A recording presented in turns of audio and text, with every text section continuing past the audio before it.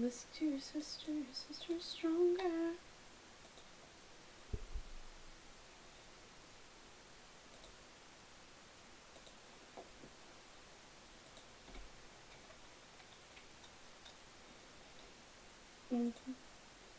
Listen to your sister is stronger.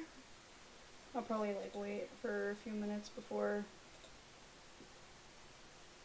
I start doing all the live things.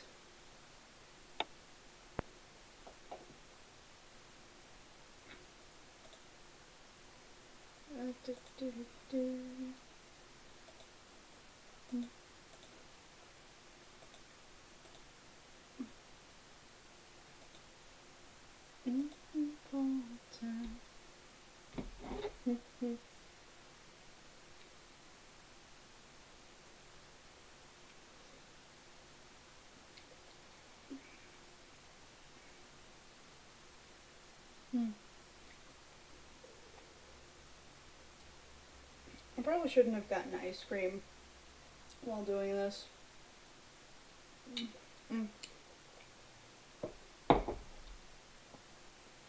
Because I know for a fact that that's going to melt almost immediately.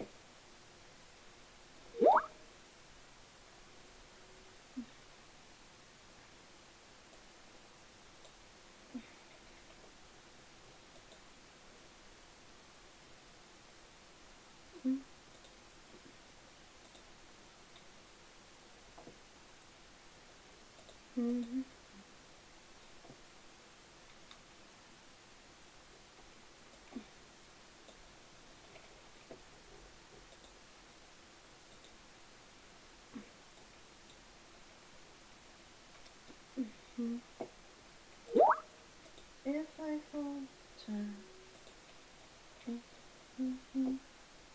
go, oh, oh, oh. Listen to your sister is stronger. Won't you walk around any longer?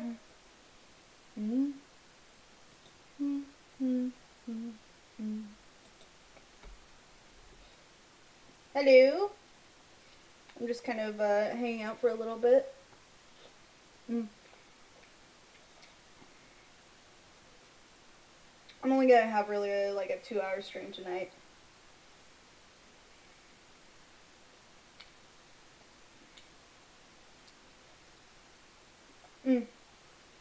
Thanks, Xavier.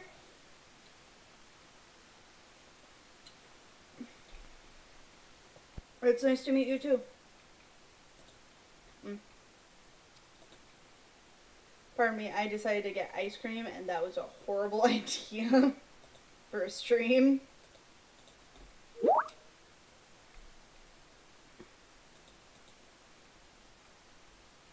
So that's happening.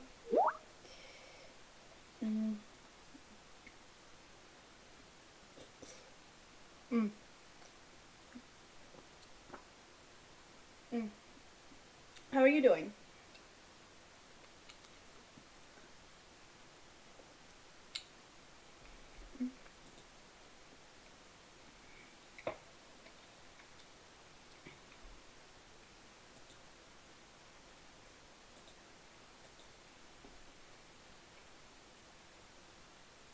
We're doing good.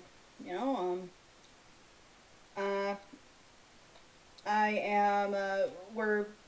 an editor and I will be seeing each other again for Christmas.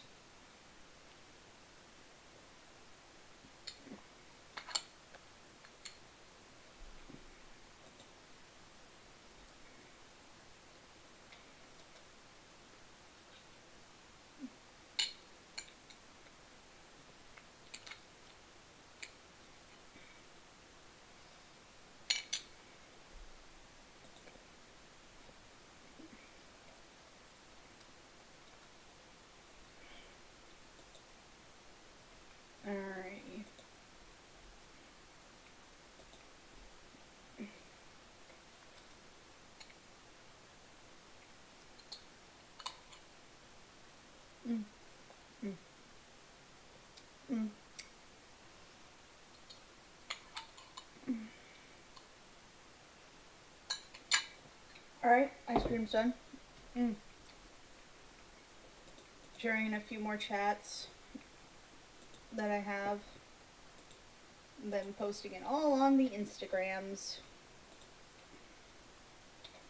Or the Instagram and also on Twitter.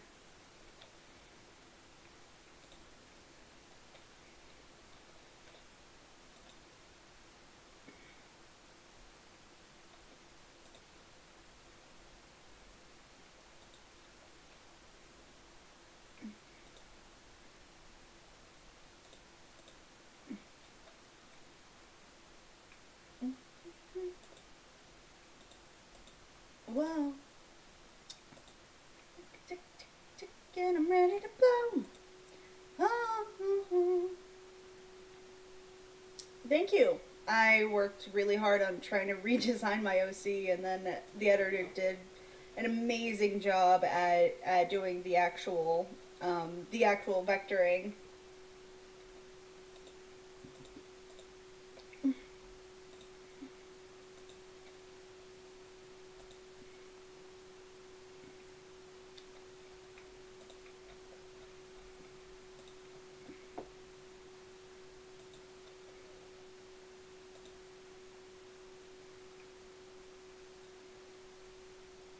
Let's see. All right.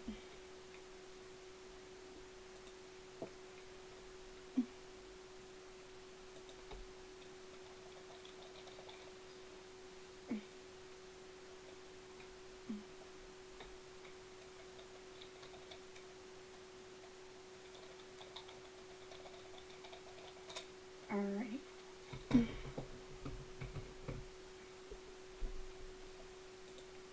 And going to the Twitters.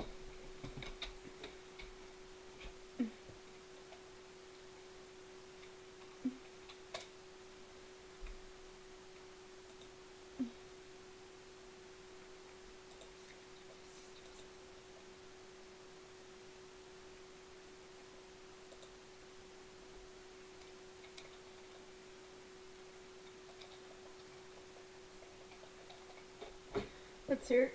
Today we're going to be doing X-Men Evolution at a X-Men Evolution stream today.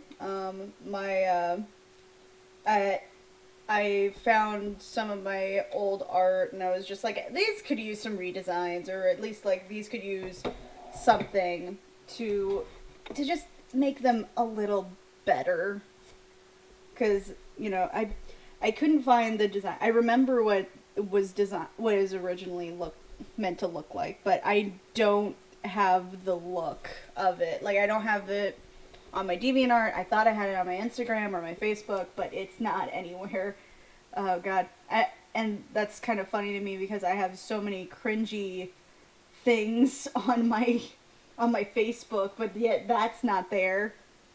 I think it was the only decent bit of art that I did during that time too, which is also kind of hilarious. Alright. Then we're bullshitting around.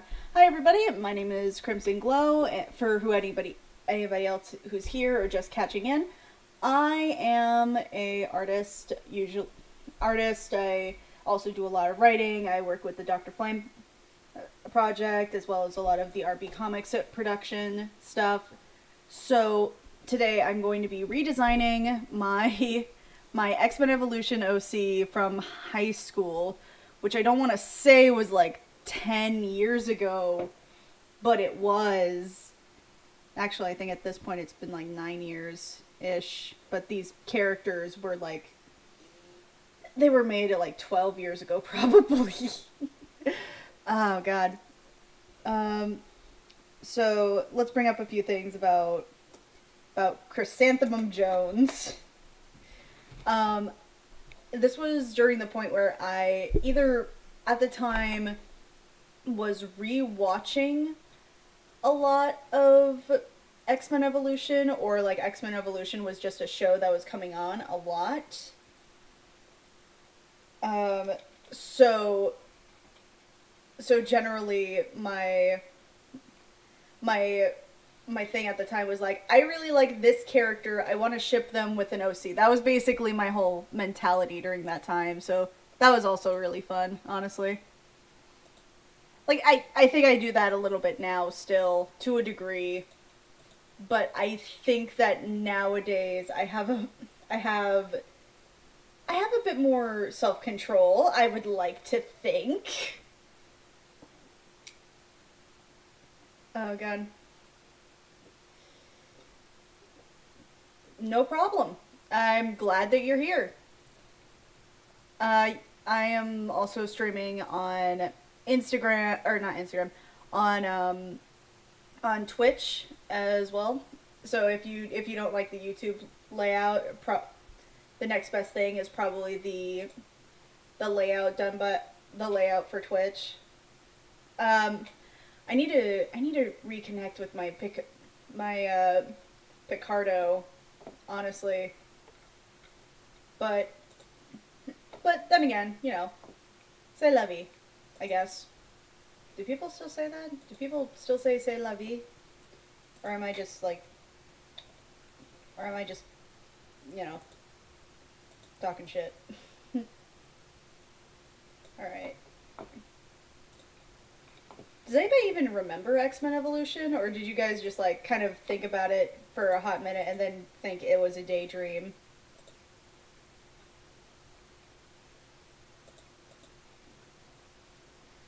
Or maybe none of you know what X-Men Evolution is and think that that's like some sort of show from like way back in the day.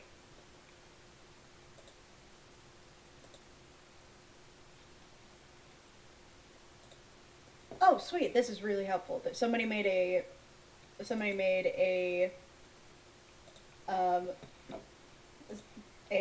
casual to regular clothes character sheet of everybody from the original show, which is kind of fun.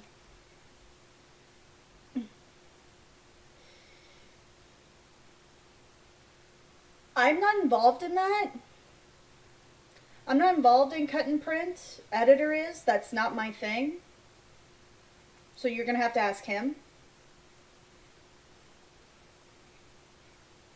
So let's see here. My whole thing is red reasoning. That's kind of my whole thing. It's my thing, and it's something I do quite frequently, or at least I try to do it as frequently as possible.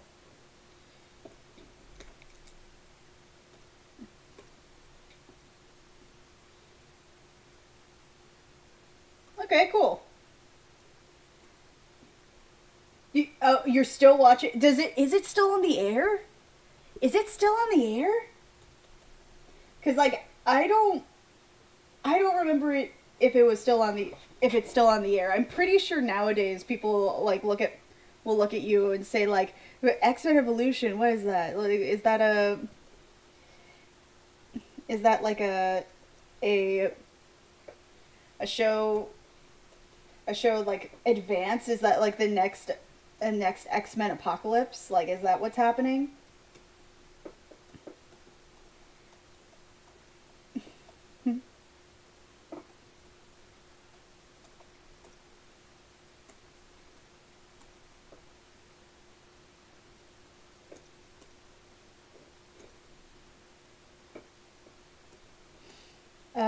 I remember, if I remember correctly, X-Men Evolution is supposed to be, uh, is supposed to take place in like the Ultimates universe because that was the comic series that was popular around that time, or the Ultimate Marvel universe. What is your favorite character? I think the better question is, let me rephrase your question real quick. What is my favorite character and why is it Rogue? Uh, but seriously, I think my favorite character is probably Nightcrawler. I was never like at the time I was very much into the goth girls, so like obviously I was drawn into the wonderful thing that is Rogue, but I do also I at the time I very much liked Nightcrawler. He was my favorite. I liked his cheesy ass jokes, and I liked his overall character development throughout the series.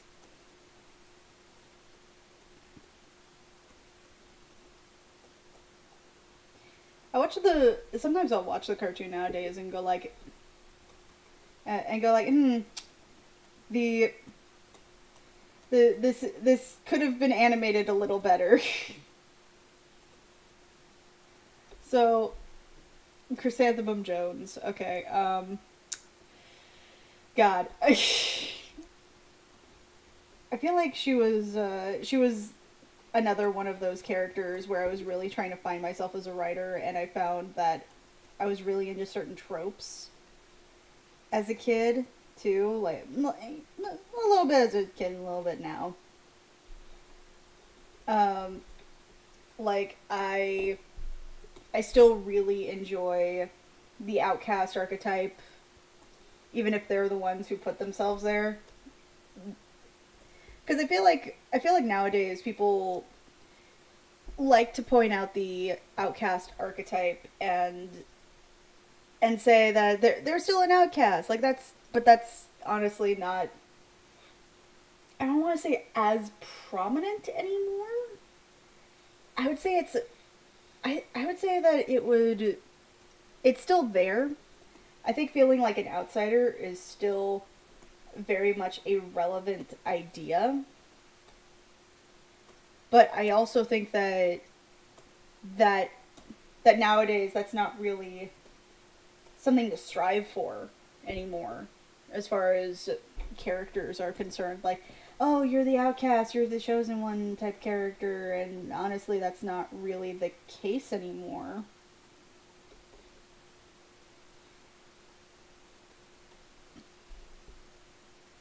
It's yeah, everybody feels like an outcast, and there's nothing wrong with feeling alone because let's be real, everybody feels alone sometimes. But but I think that narrative might go into like a different narrative, at least for high school stuff. I like Nova because I like how he was a likable character and was a member of Shield. Okay, cool.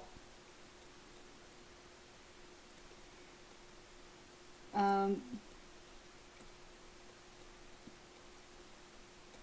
I think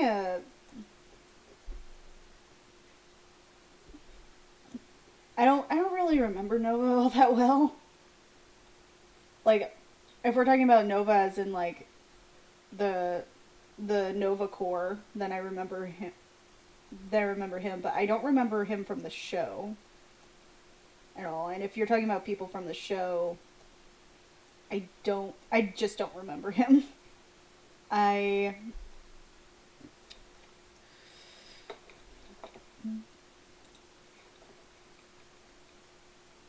Let's see. Hello. Hey, Keith. Good. How's it going? It's going alright. I am currently drawing one of my old OCs. One of my old shames is what I should say. Like, so it's from X-Men Evolution, I Yeah. believe you said. Yeah, I did say. Uh, So it's an old shame, meaning you are very much ashamed of it. Well, I think it's more like when you know how like when you look at your shit from like 3 years ago, 4 years ago, just your old stuff, and you're like, I All the time actually. right, Like, yeah, I understand what you meant. yeah, I just didn't articulate it well, but but so now you're sort of redrawing him. yeah. She's definitely one of those characters where I feel like on one hand I feel like I was grasping what I'm like as a writer at the time, but because it's still the first time you're writing that character, you're still like making a crap ton of mistakes that are probably avoidable if you would listen to anybody. Hmm. Yeah, I didn't. I haven't really I never really did like OCs or such like Hmm. back when back mostly in my teen years, but like I think like it's just a consequence of like not being able to draw or Mm-hmm. like or do 3D art or just any sort of way to like make stuff yours. Right. Uh, like and video games don't count. I should say like you make a character I mean, you can and still like write that's your stories about them. I didn't is what I was gonna say. But simply because like I'm technically playing their story. Mm-hmm. Yeah. But I think the first time I actually did an OC was for like the Ruby fandom. Really, Ruby. Yeah. It's like, well, the thing with Ruby is Mm-hmm. that it had a very streamlined way of making characters, like, and they had like rules for like what you had to do to make a character. Mm-hmm. Because like there was like a hubbub about like maybe an OC being put into the show, but I think like Monty ended up dying, and then like all sorts of creative decisions have ended up being made. Mm-hmm. Uh, and eventually like had enough characters like on their own to sort of like uh like just quietly shelve the idea, Mm-hmm. but like the OCs remained, Right.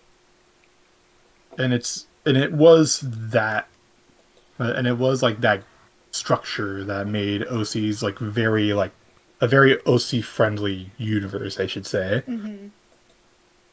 In the same way, I guess that Has Been Hotel sort of does as well. Mm-hmm.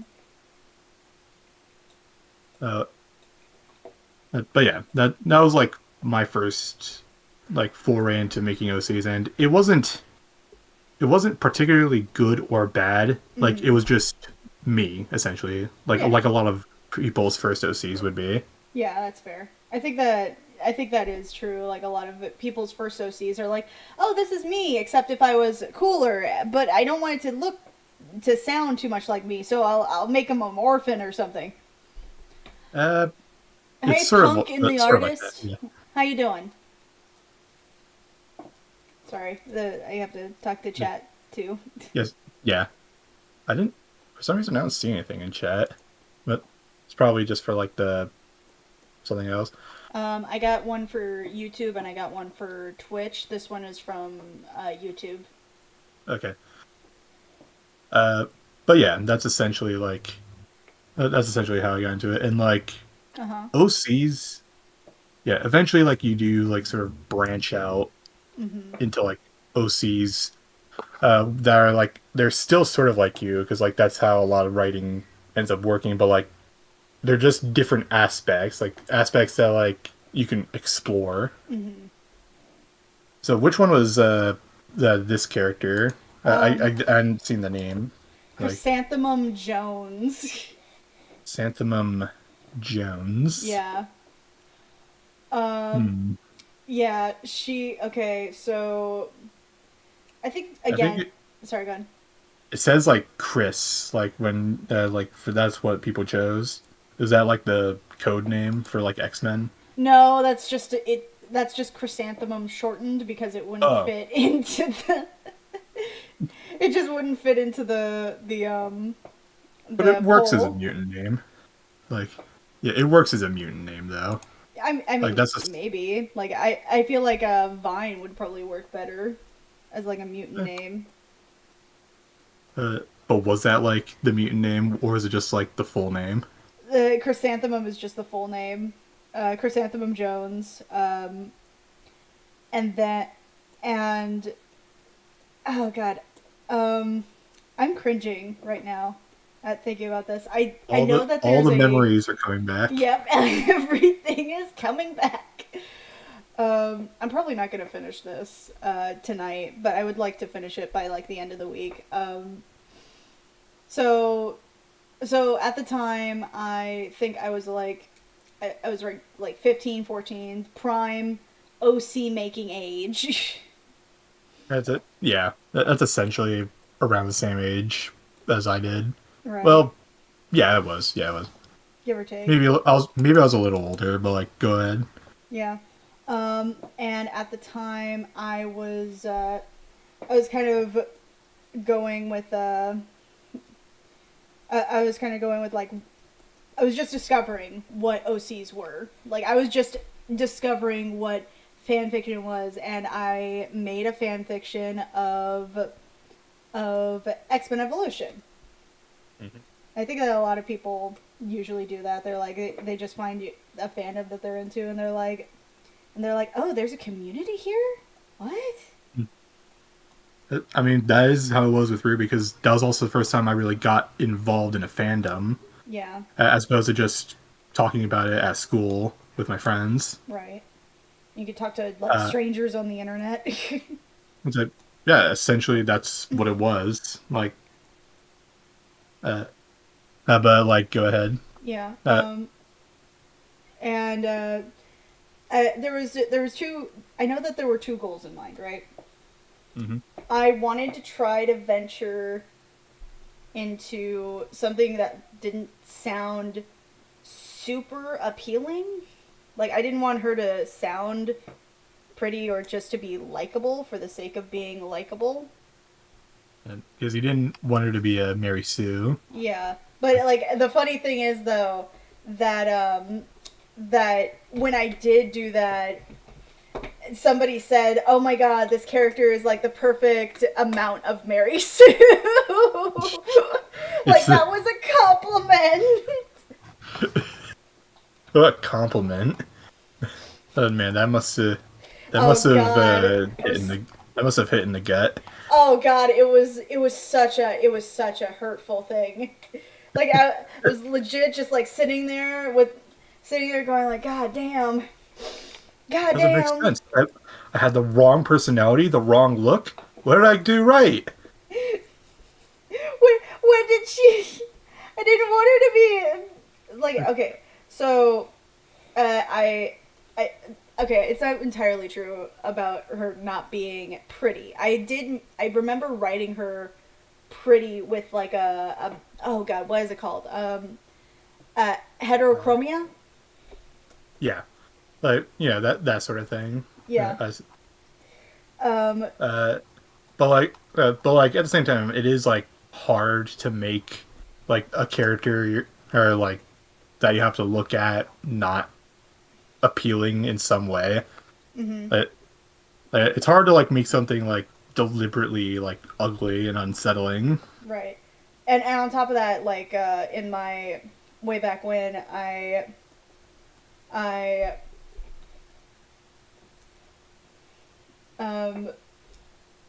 way back when this was still pretty much like in that time where people were saying like girls need to be pretty, you know what I mean? Like, so yeah, like my version of pretty was like my version of like making her not conventionally attractive was that instead of having her have like all these animalistic features, which is what usually in the X-Men Evolution world, if you look at it from a perspective of like all these people versus like all the people that you would see in like X-Men now, like in the comics, it's very varied. It's very varied towards mammalian, and I don't think that's wrong because you know they're mutants and mutation is supposed to tie in with like something that they would do, even if their name was like Toad, or if they had a mutant ability that was like a lizard, it would still be relatively mammalian or animalistic. And I was just like, what if it was a plant? Well, I mean, let's get something straight. There's nothing like mammalian about controlling magnets and stuff. Well, not that I know of. No, like I mean like appearance wise, you were still he still looked like a human being. I withdraw the point. Yeah. But I do think there was like a plant mutant at some point. I think like, maybe, but I forget what their name was. Like, I mean, I did too. Like, I know they're out there somewhere. It's very hard for there to be. Them. It's very hard to like have something truly unique in something like X-Men when it's been around for so long. Yeah. And like there's nothing wrong with that, but like you know there's something out there. Right. And especially since like this was this was me just starting with my journey more into the world of comics too. Like my very first comic was Phoenix Song. I do not recognize that name. Good. Because it was just when X-Men was getting weird. Let's hear. At least your OCs had more thought put into them than current Marvel these days. I don't agree with that. Oh. I don't agree with that. Like, in what regard? Like, I think.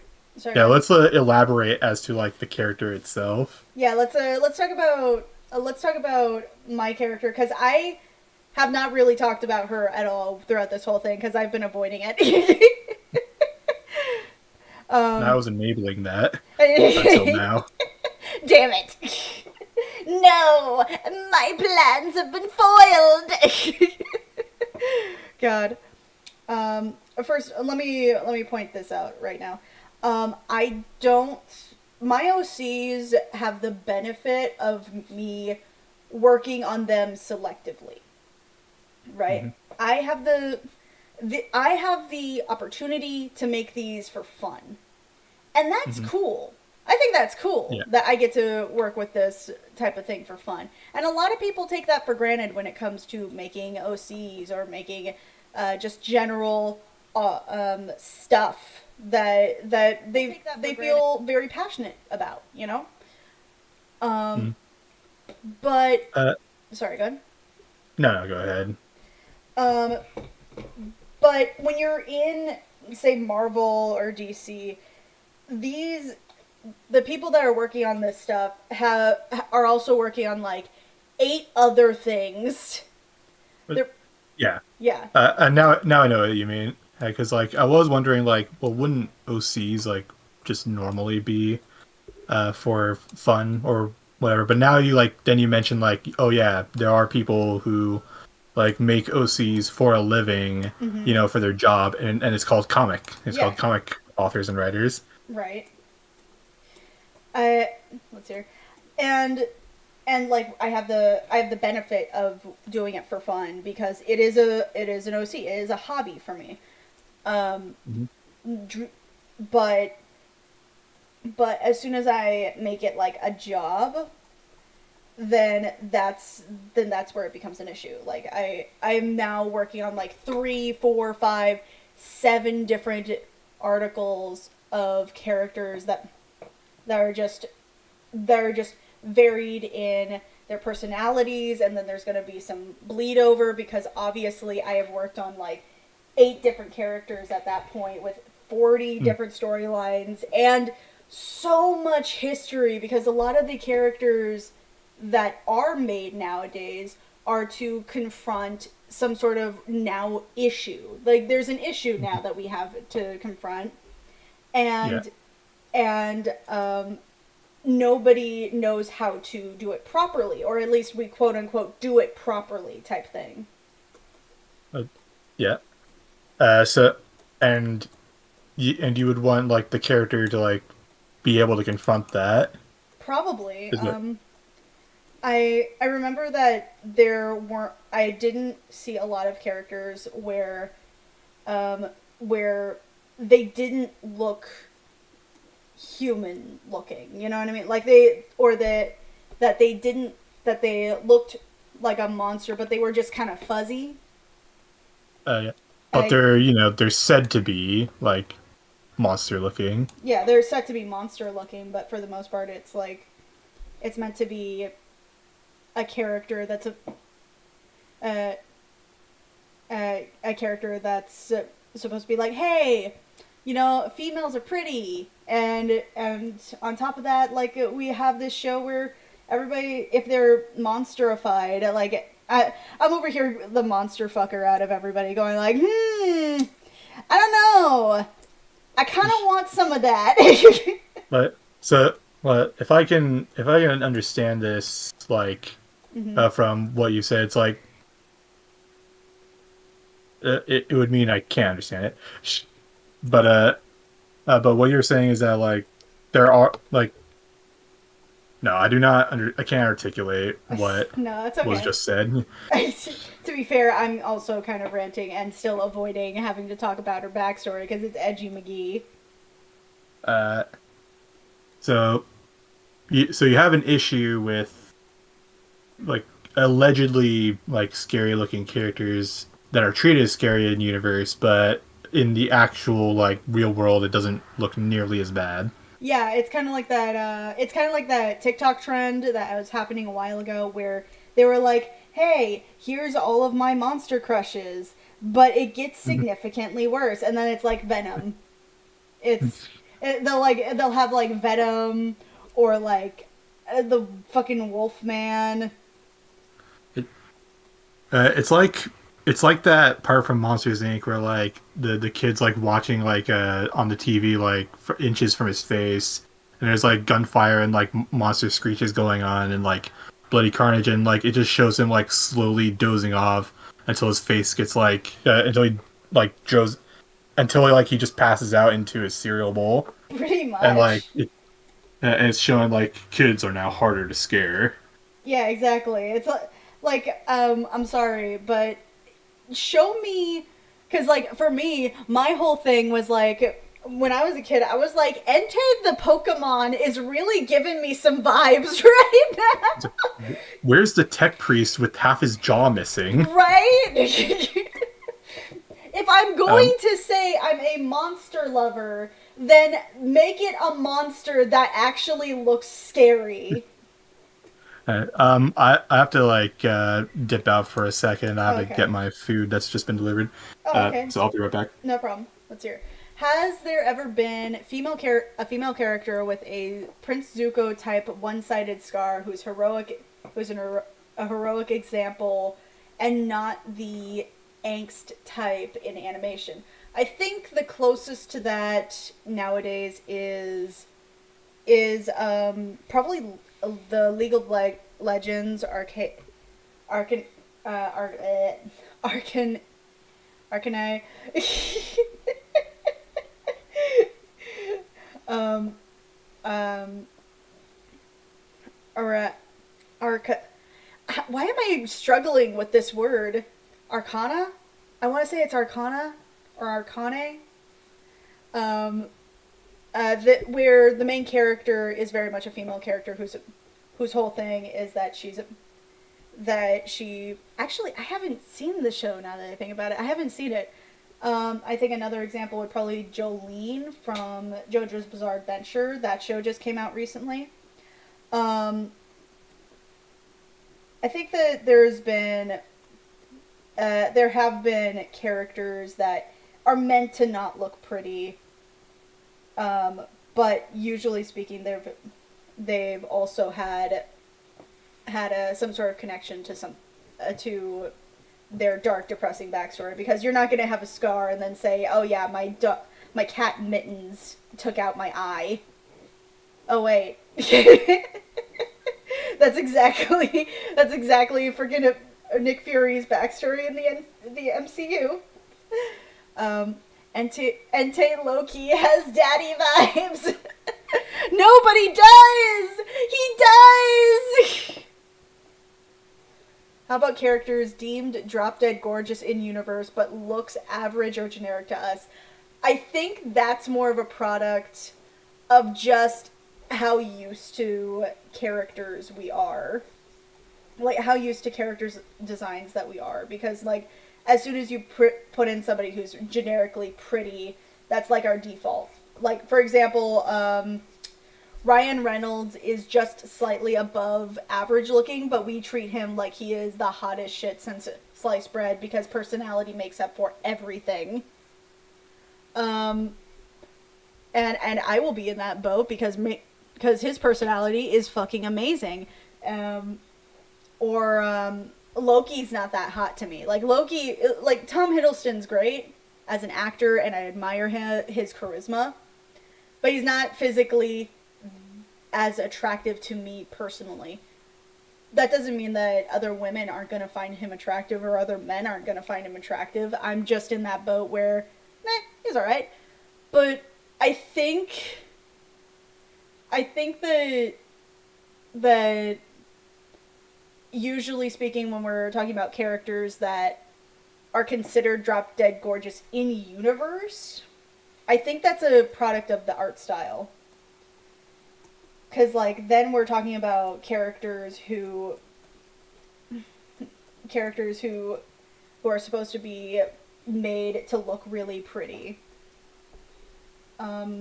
Via context clues of other characters comparatively. I don't know what that means. I haven't watched GTA. I don't watch it. I don't play video games that often, if I had to be honest. A unicorn? Again, that I don't understand. I think that might be that you're missing part of the conversation.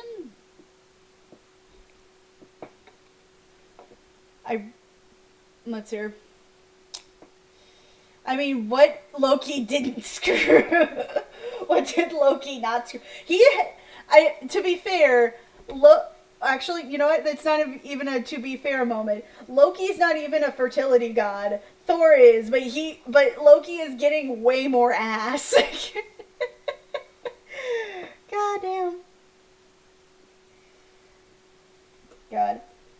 I haven't drawn anything from this show in forever.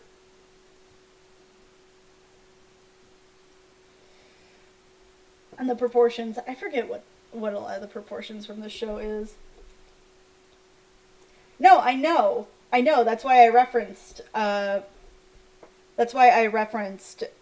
the Norse mythology just now when I was talking about how, Loki is getting way more ass. And he's not even a fertility god at all. So yeah. Let's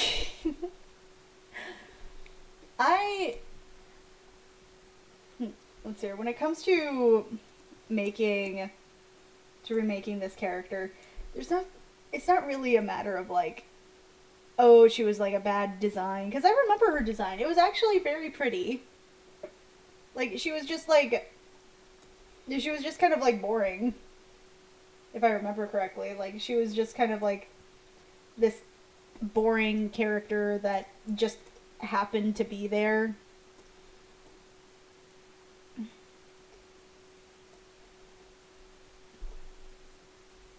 Or maybe that's just a matter of like me projecting my memory of what this character was in comparison to maybe what I wrote at the time. Because I'm pretty sure I made her out to be pretty, but my goals now have changed in comparison to what they are back then.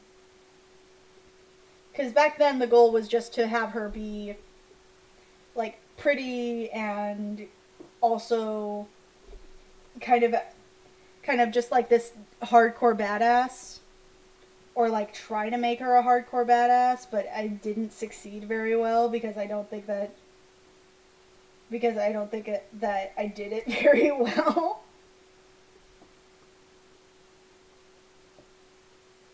Yeah, no, I definitely think I should see the show again too. I think that it would be a lot of fun. Let's see here.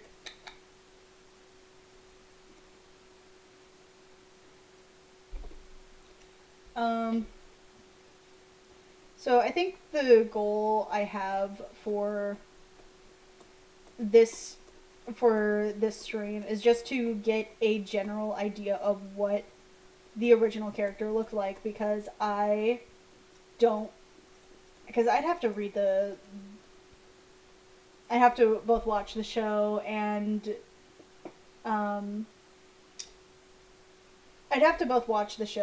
also make a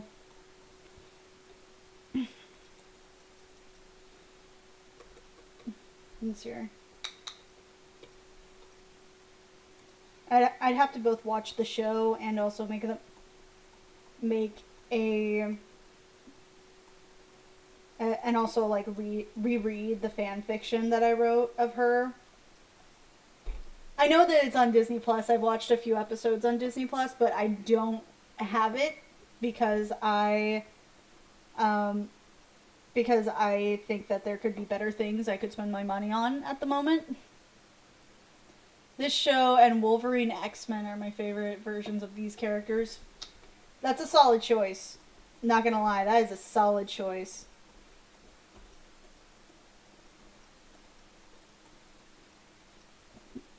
Personally, if I had to say what my favorite was, it would probably be X-Men Evolution. I think that it captured what the characters were meant to be the best. And that they were supposed to be like people trying to figure out what their lives were supposed to be like. But a bad design would be that it's boring no matter how the artist interprets or visually laughable like it.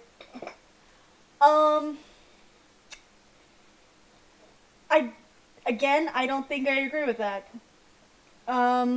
I think bad character design is something that does not serve the purpose of the plot. Like, when I look at something, I should know that that is from that show, and what genre of show that is.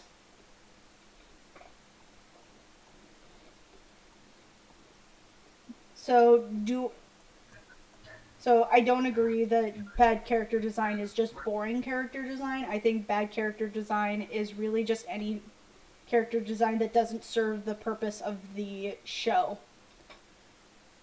Like, for example, you could argue that I think it's called Happy Friends or like Miss Smiley and whatnot, that was popular in like, I want to say 2010, maybe earlier than that, maybe later. And those shapes are just basically shapes. The show was it was the 90s, and so said Superman also had a ridiculous gun. To be fair, the 90s also portrayed Superman with a mullet. And I will stand by the idea that the mullet is horrible. A mullet is a bad character design. I don't care. It's a bad idea then, it's a bad idea now. Obviously, you haven't watched a lot of hockey. I stand by my statement. No, it's not. It's not Happy Tree Friends. I'm also back, by the way. Yes, I can hear you. Unless I'm talking to a ghost. Alyssa, I've been dead for 5 years. Oh my god. You have to let me go. Oh no. That's yours. But anyway. Sorry, go ahead. Go ahead. The problem with the Wolverine and the X-Men is that it's the Logan show starring the X-Men, just like Fox's X-Men movies. I'd have to rewatch the X-Men, the Wolverine and the X-Men show, but I'm pretty sure that's why Wolverine has top billing. It's that essentially was what it was. Yeah. And it still served the purpose. On top of that, I still can remember a lot of really great X-Men moments from that show, despite the fact that it has been a while since I've seen it. It wasn't that show's fault. It was just the increasing like heavy promotion of Wolverine for like years by that point. Right. Which even I kind of fell for her. Yeah. Like it's very hard to be to be aware of that sort of influence and like saturation when you're just a kid who wants to see the awesome like exploits of Wolverine. Mm-hmm. And on top of that, you can still see a lot of like X-Men things that happen. Like evil metal angel happens in that, and I think that's the only time I've ever seen Metal Angel be portrayed in cartoons. It's the yeah, it's the Archangel. They did that in the '80s cartoon also. Mm. Uh, Wait, the like 80s it's cartoon? You mean the 90s cartoon? the '90s cartoon. Yeah, I said '80s because that's just how I don't know the art style makes me think of that. I'm not sure why I said. It's probably because, Uh, like, to be fair, not 90s X-Men was very much being based off of like the '80s, the like 80s art style and shit. yeah, that's why I said it. But like, it is just like a very common like a very common plot plot point. You know how like every Spider-Man thing eventually has like the Green Goblin or like the black suit.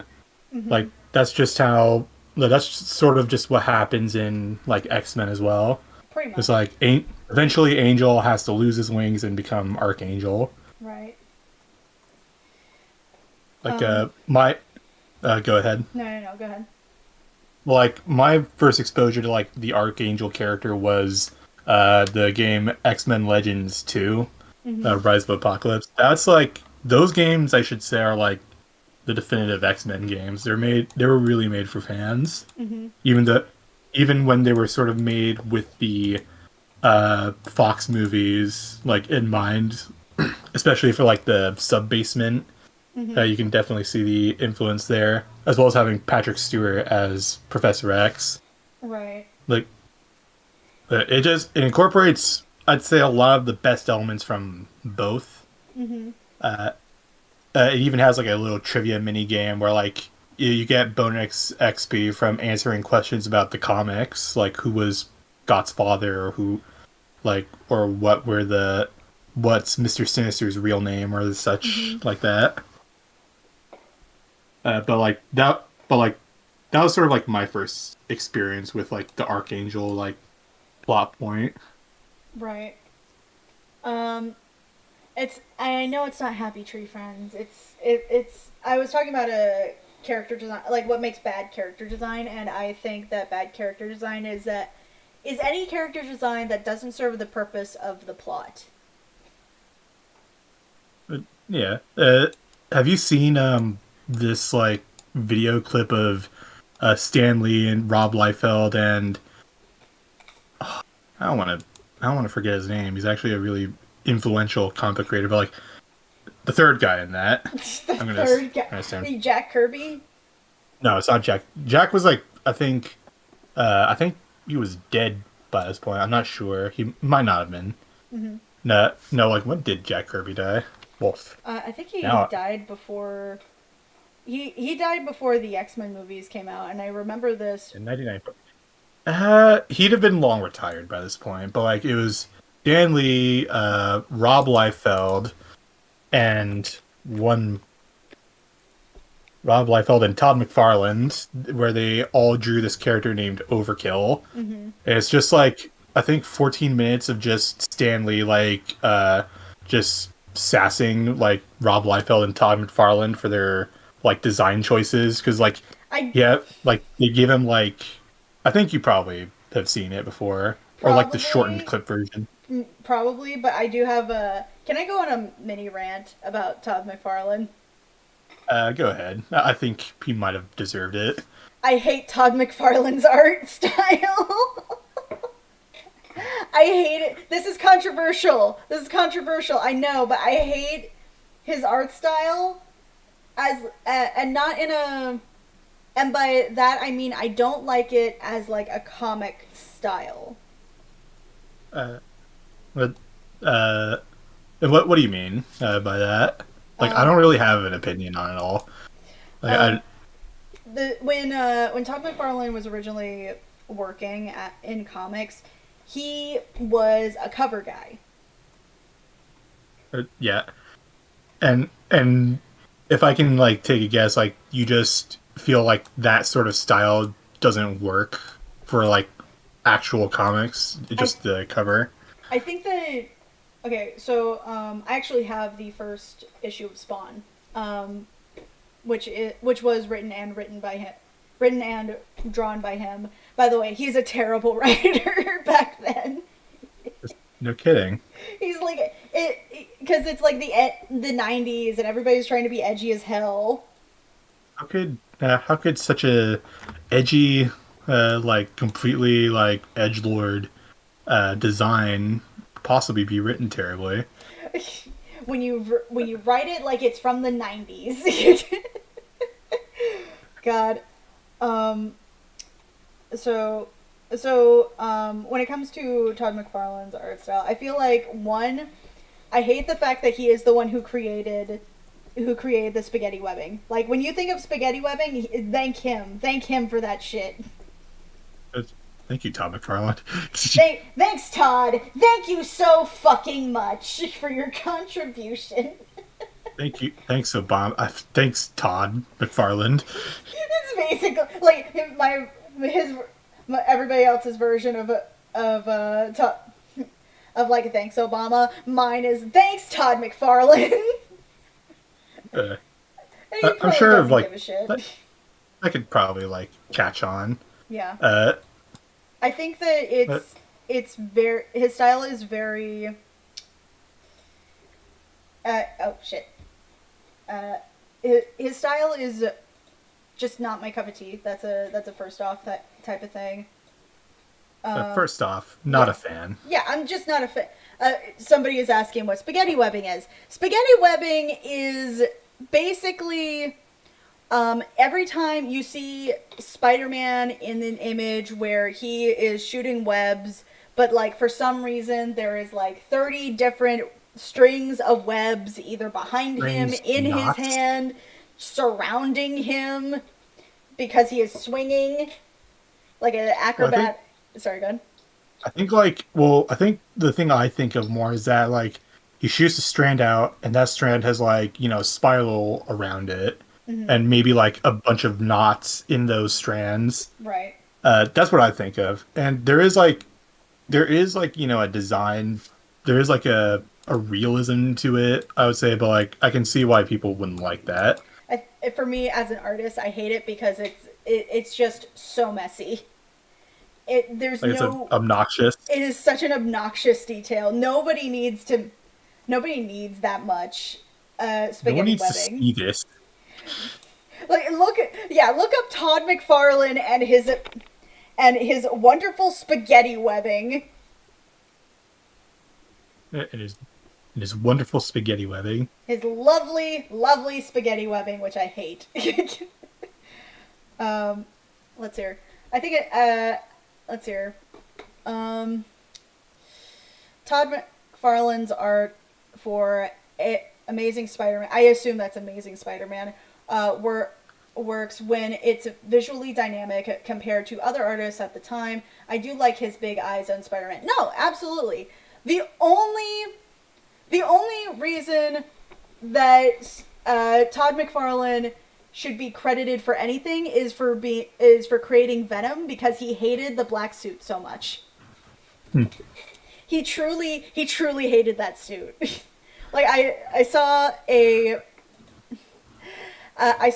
image of or like not an image but a video of him screaming at a black suit comic that he drew where he was venting about how he really wanted to get rid of the suit at the time and his feelings on it. Oof. I mean, like, I guess he's on the right side of history there. Kind of. So Todd McFarlane is an interesting character in the comic world. He created Image Comics. He wanted to basically be more of an indie person, and that's all good, fine and dandy until you realize that he got more corporate as time went on. Ironically. Well, there was a lot that happened with both, not just Todd McFarlane, but like the company that he founded, Image. Mm-hmm. There's a lot that happened there, but like it's all complicated. SF Debris did a good like video series regarding like both Image, Dark Horse, Valiant, and most importantly Marvel. Yeah. But like and what I actually wanted to say about in regard to like character design and how important it is to the stories is that video of Stan Lee Rob Liefeld and Todd McFarlane all sort of getting together to like make a just this random character named Overkill. Mm-hmm. Uh, I think you That can already sounds like tell what's. yeah. You know, I think you can already tell where this is going. But Uh-huh. like, it's just Stanley ribbing on them for like all the design choices. He's like he's super muscular, has like a very T-shaped Mm-hmm. design Mm-hmm. in regard to his muscles and his muscle mass. Mm-hmm.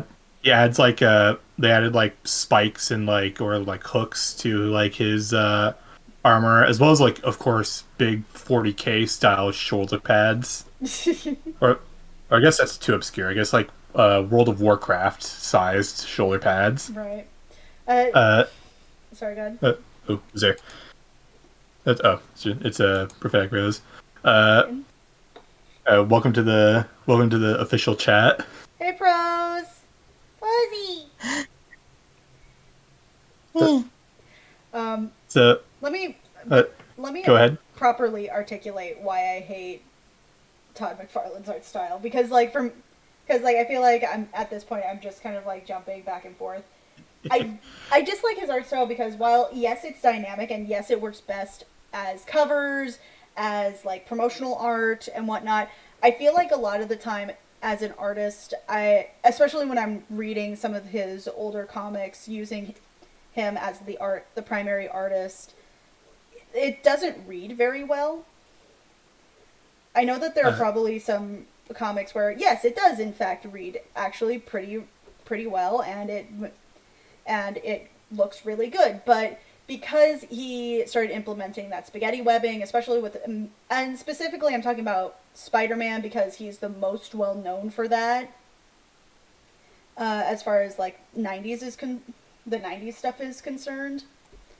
Because I don't think he's done a lot of art in the a lot of business in the comic world recently. His business model has switched from that to, I think, miniatures Like and figurines. collectible like the collectibles and stuff, Yeah, especially for Halo back in the day. That's what I remembered. yeah. I found There was out even. that. Sorry, go ahead.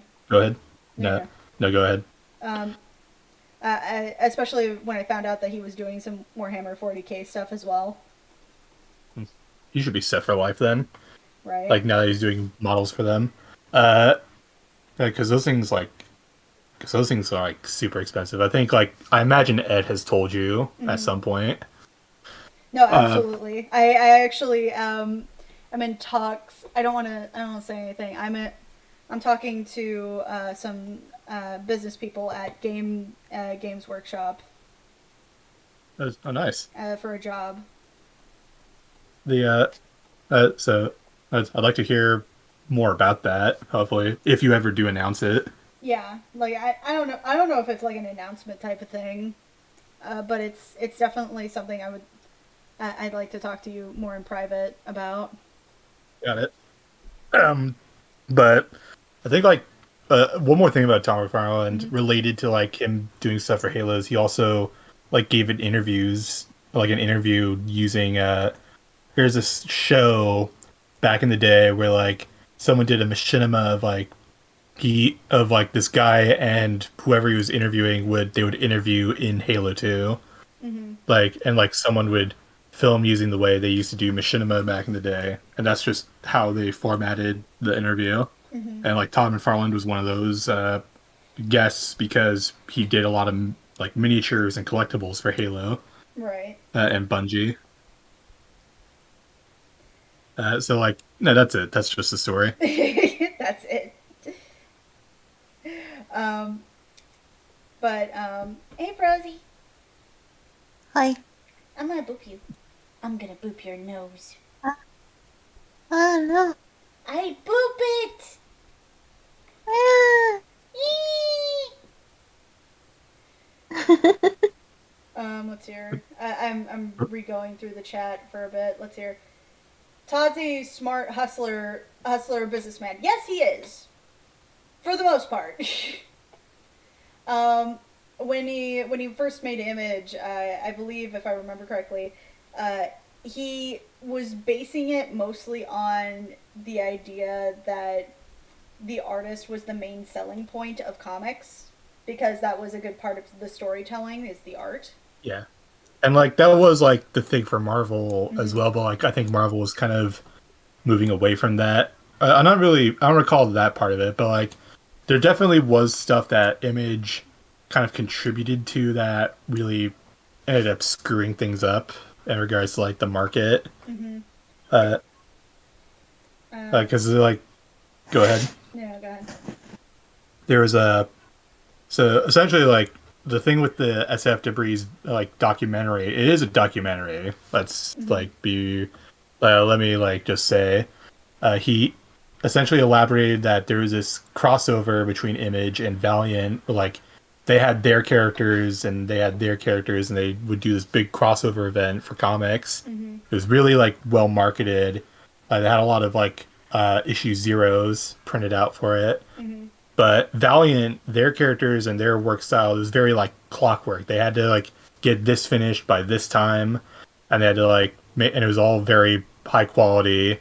And they had to, and they all got it all done by a certain point. Whereas Image was very lax. They had very lax drawing and writing times, and that seriously screwed the schedules up.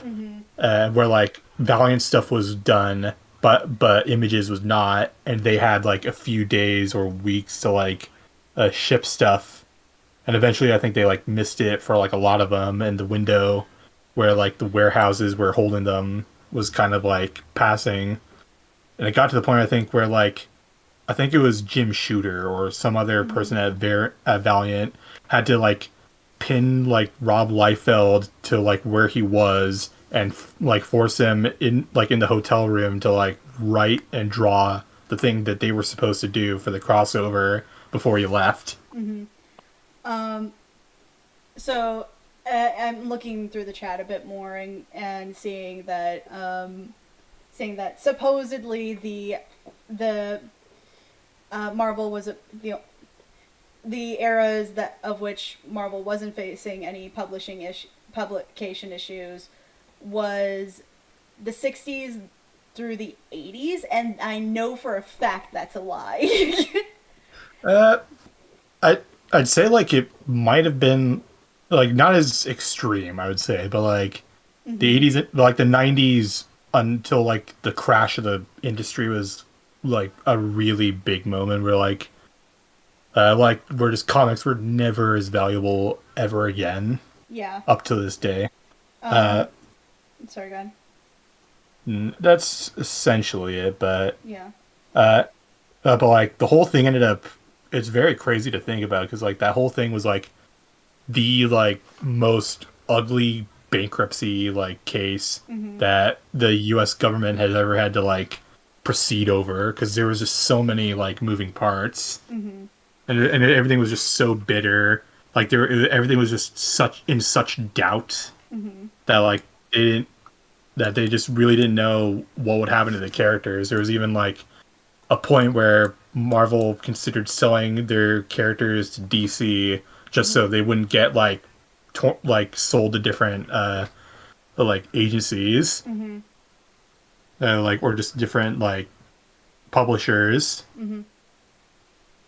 Like it was like that whole like documentary is actually pretty good. I do recommend it. I'm pretty sure I have seen it, but I would have to watch it again just to make sure that I got my ducks in a row. Yeah, but like before you bash Todd McFarlane again. Yeah, exactly. I will just bash his art style. I will not bash it. I will not bash his business savvy. Because, like, to be fair, he saw an opportunity. He, as a business person, I think he is a much better corporate man than he is a creative, in my opinion. Because yeah. But now we go on to my second least favorite person in the comic industry, Jim Shooter. We're just so for those joining the stream, this is your life now. This is what you have signed on for. Me ranting about how Jim Shooter is a misogynistic asshole who has no idea that he's this way. Like okay, so. For those of you who don't know who Jim Shooter is, Jim Shooter a was a editor and a creative for specifically he originally started in DC under Legion of Superheroes. Go ahead. Yeah. I don't think I was even going to say anything. I was just like barking. You're barking. Now speak. uh, Oh god. Go ahead. Go ahead. You were currently bashing Jim Shooter, as I recall. Yes, Jim Shooter. And he originally worked with the DC specifically for a Legion of Superheroes, a show that I actually really like. And he made sure to like he was like on the ball. The funny thing is that he started at the age of 14. And apparently he was working with the company on the phone because they didn't know he was a 14-year-old boy when they hired him.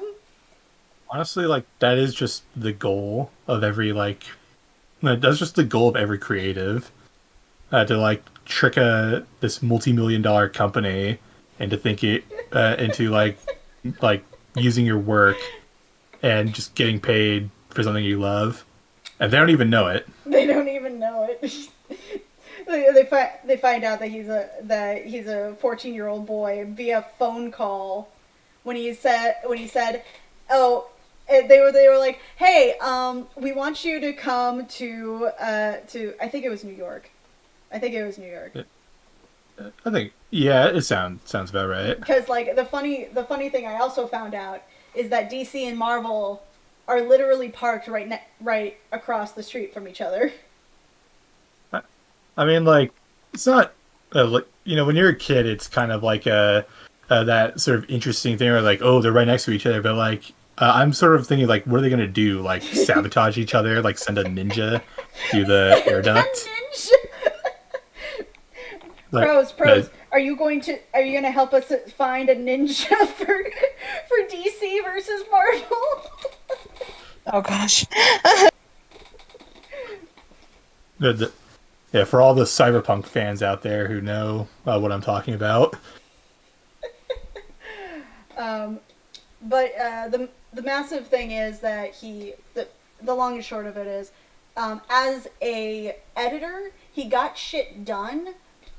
But the problem is he was still a guy of his time, and you clearly could see that whenever he wrote, because one thing, he did not write women. And he also believed that no woman should be stronger than any other major superhero. The biggest example of that was if a little story you might not have heard of. It's called the Phoenix Saga. I did see Comic Book Girl 19's documentary on that. Mm-hmm. I saw both of them, I think, when they ended up releasing on YouTube. Mm-hmm. Yeah, I can definitely see that. Yeah, I can. I think the funniest way that somebody got away with that was that Jim Shooter had said that no woman could beat Thor and Silver Surfer. And the Silver Surfer I can see, but like Thor. But they wanted to show how badass the Phoenix was, right? Because she was like I would say brand new character. She wasn't really brand new. She was just kind of repackaged at that point. I like the idea of how like she came to be. Mm-hmm. Like just from from the Comic Book Girl 19 documentary. Mm-hmm. But I can see like as the story went on, like where like you might have an issue with it, and where like a lot of people would have an issue with it. Mm-hmm. I think like eventually people at Valiant also kind of like ended up turning on him, or like especially like after the publishers, right? After the publishers sort of like got shuffled around. Right. I think he ended up. I think eventually Shooter and like the rest of the original people at Valiant ended up getting locked out of their own office. Mm-hmm. Yeah. But but yeah. Yeah. So, but I think that for me, he got his shit out on time, but at the cost of the quality of the books. Hmm. The only good decision he made during that time was probably infamously when he said that there's no way that the Phoenix could live. Hmm. Like he was like, you realize that she literally killed an entire planet because she swallowed a son. That'd be like if Hitler came, or I think he said Hitler or Stalin came back from the war and we were a-okay with it, a-okay with everything that they did. Which on the one hand, seems reasonable, but also like there is like the fact that like she didn't entirely know what she was doing, if I recall correctly. Or like there was like some sort of like, no, I'm not familiar enough with the story. Yeah. I watched that a long time ago. Yeah. But yeah, the Jim Shooter got his books out on time.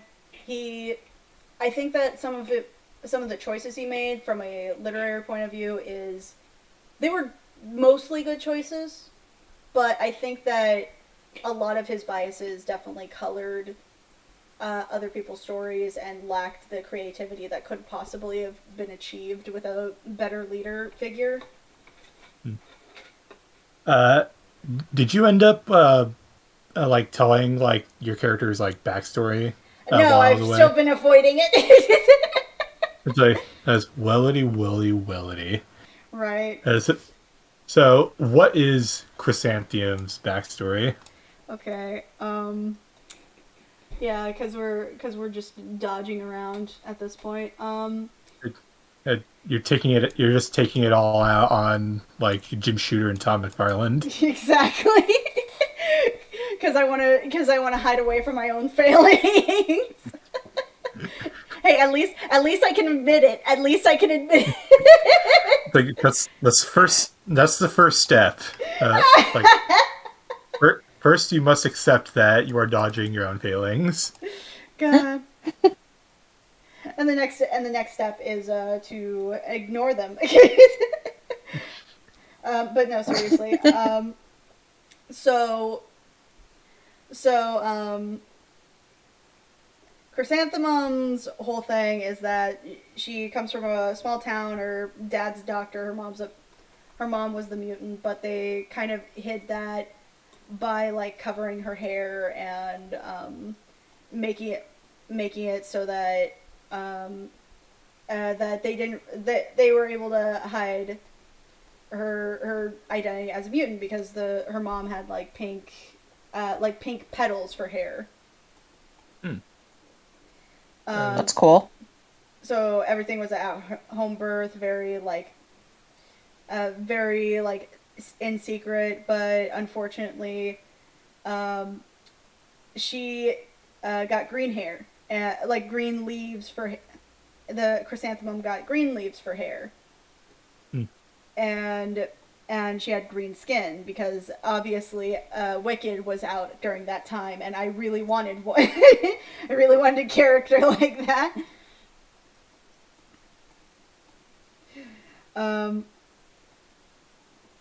And sorry, go ahead. No, I didn't say anything. Her mom dies in childbirth because of course she does. And Aww. yeah, because it's at home birth, and I didn't know how at home birth works. and on top of that, for some reason, this town is like still superstitious, like almost Eastern European, old school 1800 superstitious. Like hand you cross on the way to like Dracula's castle. Yeah. Sort of thing. Yeah, exactly. I don't see why anyone would be suspicious of that place. and because this is like small town America. That was the mentality. Yeah. I mean, to be fair, that's kind of valid. I think like she's thinking less. Well, like I think Alyssa was thinking less of like just normal screwed on town USA, and more like Outlast 2. Outlast 2. That's what I'm getting from this. God. Wouldn't that be... That would have made your fan fiction so much better, wouldn't it? Probably. Because, like, she... So, like, she wasn't allowed to go outside. Because this was also when the Amber Alert was first put out, right?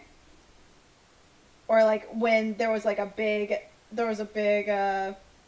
stink over a girl around my age, around the area, and my family was very suspicious then. Like, I wasn't allowed to walk to school. And you sort of incorporated that for the backstory. Yeah, I did. Which is also probably why I'm cringing so hard and didn't want to. I don't think there's anything wrong with that, honestly. No. But I did feel very trapped at the time, and so she stayed in her house. But then there was one point where she decided to open her window because you still need sunlight for a plant, and somebody looked at her and thought she was a nymph.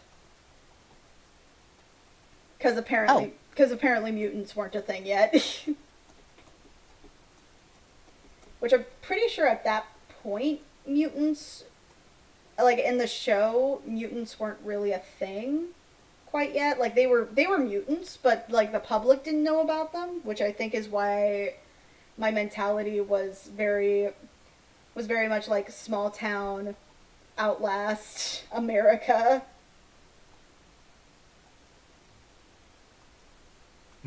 And this, I've planted the seed. That'll make for a great character. Right. Or setting. Yeah, or I think a setting is more what you're looking for. Well, definitely a dark AU. Mm-hmm. And let's see her. And so, like, instead of her dad, like, moving them away, she apparently goes to hide in the forest, which is apparently a mutant forest because, like, animals are talking. I mean, either that or it's a Disney movie. Exactly. That's all. Which even now, I'm like, why did I put that there? What was this a Disney movie? Was I watching a lot of Disney at the time? Well, it wouldn't be. Would it be too shocking? No, not at all. Was the but yeah, like it's definitely an odd choice. Yeah, and so like she becomes basically like a cryptid in that area, and then the rest of the story is basic because I think I only went through one story with this character. And that one story was that she meets the X-Men and then joins the X-Men. I mean, that's a solid way to introduce a character, and just leave it at that. Yeah, no, I agree. It's not the character itself wasn't bad. I think that my writing was bad. Just it was very much derived from personal experience. Yeah, it was very much in the position of this is what's happening to me right now. Let me vent. This is a vent character. And also sorry, if I could just say the cryptid description kind of gave me such a hilarious image. Oh no. It just adds to the Outlast image that I previously expressed. Jeez. Right. When this character drawing is done, you should do like a dark AU version of him. Right. She was also, I think at the time, like when I reread a bit of the fanfic, I was like, did I code this one to be like biracial? Because like she talked about problems with her hair, and like how it was so much harder to take care of it than how her mom would talk about it, or like how she needed a specific hair care routine, I think, if I remember correctly. But it does, like, that sort of sounds like I mean, if you do like detect coding, chances are that might have been what it was. Maybe. That does sound potentially like biracial coding, honestly. Yeah.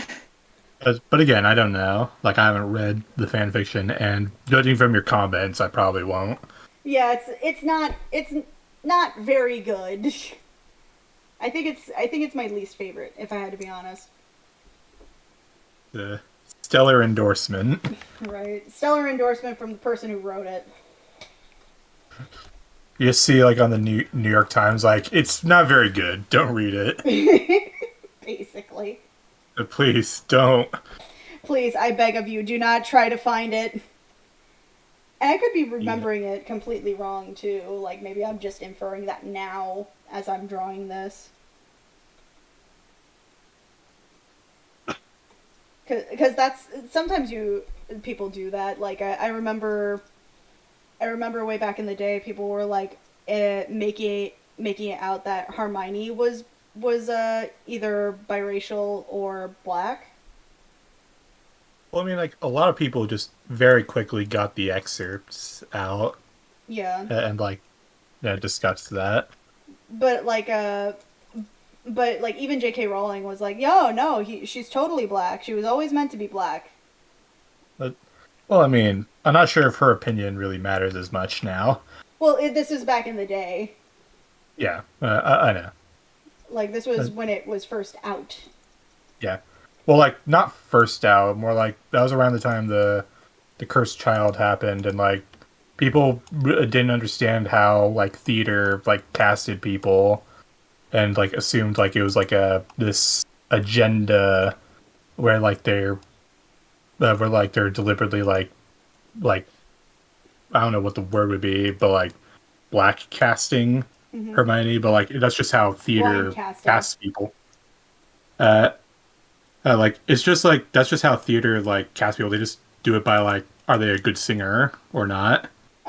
Sometimes. Or if they're, like, or if their voice is able to carry. Sometimes. Yeah. Sometimes it is, sometimes it isn't. It depends on what the director is feeling at the time, and that's the thing with all casting.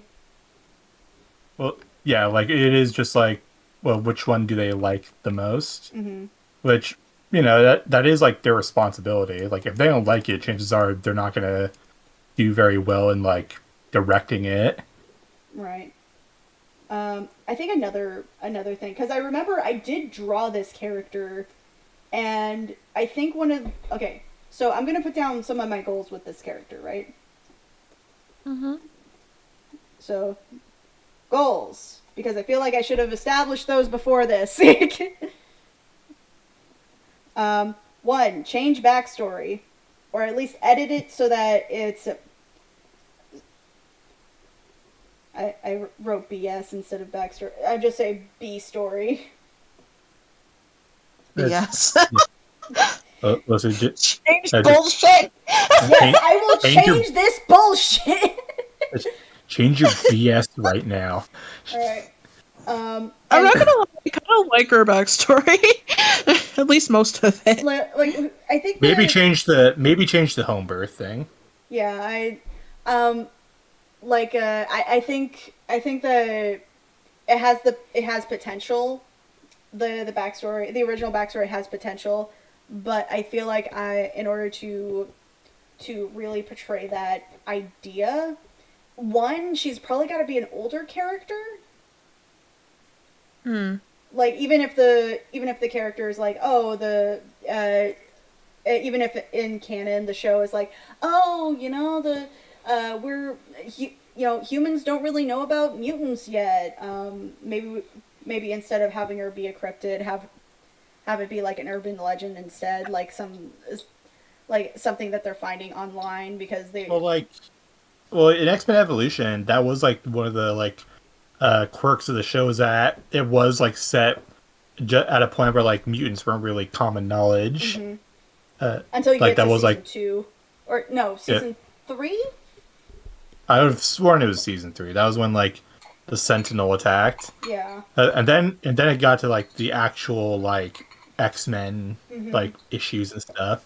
Right. But like for the first few seasons, like it was like it's just stuff is kind of like it's sort of like an X-Files thing where like stuff is kind of popping up. Mm-hmm. Like that weird kid who was always hanging around under the bleachers.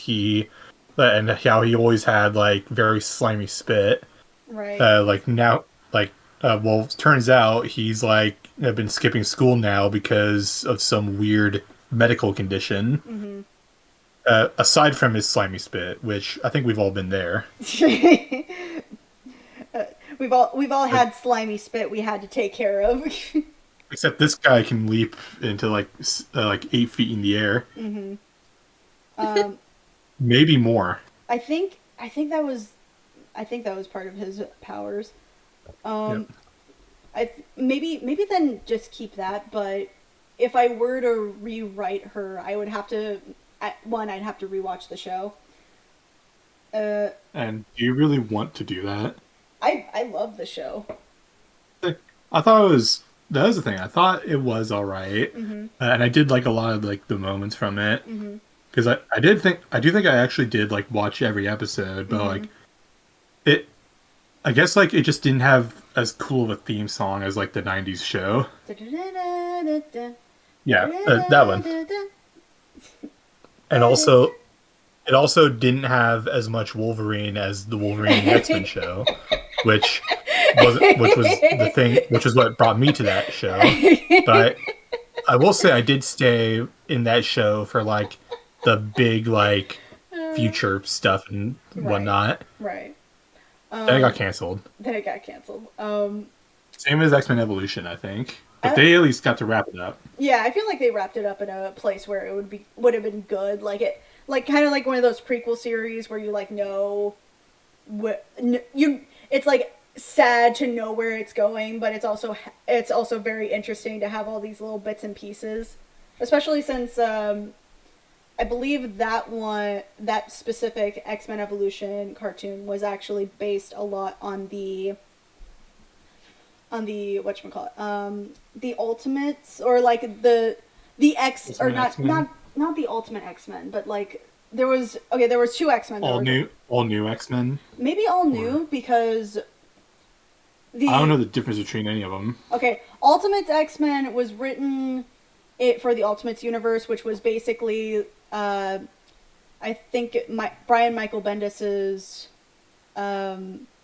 attempt at trying to simplify all of Marvel history, because at that point it was like the early 2000s and Marvel continuity was getting really cluttered, and so people wanted to simplify shit a bit more. Which also you can thank Brian Michael Bendis for the reason that Peter Parker is almost always now portrayed as a kid. Despite the fact that most of his stories are him in like his 20s to his early 30s. Yeah, because like it was only like the first, because it was like the Ditko comics where like he was a high schooler, right? Yeah, he was only a high schooler for like 5 issues. Yeah, I think like it's probably where like the Raimi films. That's why they also, what's the word? That's why they also like quickly like skipped over the high school stuff as well. Yeah. After the bite. Right. Let's see here. So goal number 1: change the backstory, or at least change the general story of how how we're meeting this character. Because I remember, from what I remember, she basically made like a little hermit hut for herself and somehow has internet connection out there in the forest. Dear God. So she knows what's happening. Man, that really does sound like a comfort zone. Right?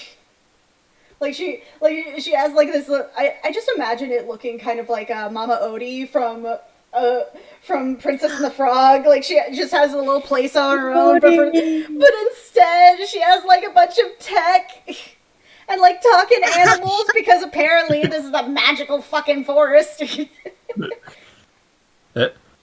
you think you were like, probably? Go ahead. Go ahead, Prez. No, like I don't know why my mind was just like thinking of the concept like maybe the animals don't necessarily talk, but like she can like hear them telepathically or something. Like she is one with the forest. Like her whole powers is just forest. Yeah, I think that would be cool. Okay. Like power set now is just forest power. Codename Forest. Last name Gump. I wasn't going to make that joke. Too bad. I am a lesser person than you. I gave this stream way too much credit. Okay, so goals, change backstory, or at least how we meet the character. We now get to work with her powers a bit more, having them just be forest powers. I think another goal I have for this character design, because I'm just going to say this right now, I'm not going to be able to finish this. Yeah, Sorry, go ahead. That's a reasonable thing, maybe, to say. Yeah. But like, but what would you do before not finishing it? I'm going to set goals for myself, and like to the next stream, I will then like legitimately try redesigning this character. And I've already kind of started doing that as far as like facial features are concerned and like hair.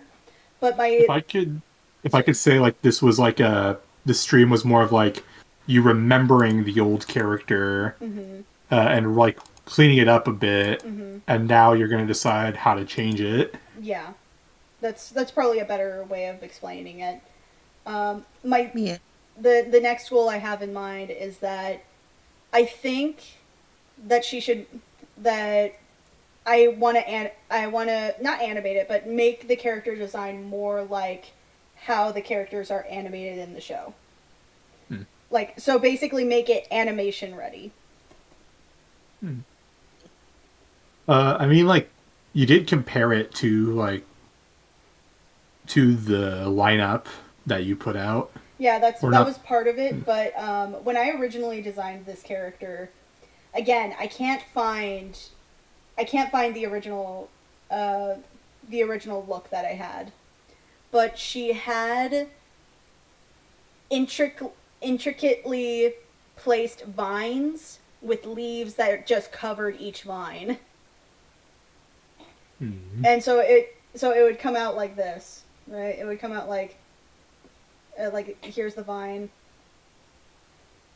and then it would be boop, and boop, and boop, and boop, and boop, and boop, and boop. Okay, I see. So like her hair is like a strand, like a stem, like each hair follicle is like a stem. Yeah. Where like all the leaves grow. Yeah. That sounds exhausting. Yeah. So another part of this is to make this animation ready, where the design at the very least looks like it could be animated in the same way as the show had. Because they didn't really have that much variety though, as far as like hair textures were concerned. No, I guess not. Yeah, because I'm looking at the original hair. It's a lot. A lot of it's very like straight. Or it's like rogues. Yeah. But maybe I can play with that a bit more. Maybe using some more of this like separation, because they do seem to have like some sort of separation at times. Like they have I think the most prominent thing, like for all characters, is the bangs. Yeah. Like you can just see Yeah. just how it's made. Yeah. Especially between like if you like center it again, if you see Kitty and Kurt's hair. Yeah, no, Like that if is you the compared the same. two, That is the same bangs. it, it's quite noticeable when they're next to each other. Yeah. I think the only thing that makes it different, though, is that clearly Kitty's bangs were made to be far more softer in comparison. Because, like, you see Kurt's, and his has like a strong lock to it. Like Kitty's looks more like let me see if I can. Here we go. Kitty's comes out like I can see this. I can see more of like an angle in a way, but not by much. Yeah, not by much. No, it's definitely softer. If I can just like it looks more like this. Or hold on. For some reason, my artist hand does not want to do the thing. No, artist hand, no, not yet. The stream is still going. It's like it's more of a curve here. Whereas Kurt's is much more like it's much more like a pointed line. Yeah, I can see it. Yeah. It is like crazy to think that like the like X2, the like female Wolverine came from evolution. That is the thing like I did kind of notice. I thought that like, she'd already been a character, actually. No. She was actually made for this show. Oh shit. Like when I looked it up again, not watched it again, but like read it on TV shows that like is that she was made just for this show, and like sort of like Harley Quinn, she just got incorporated into it and now is in like the like last Fox movie, Logan, like chronologically, I meant. Right.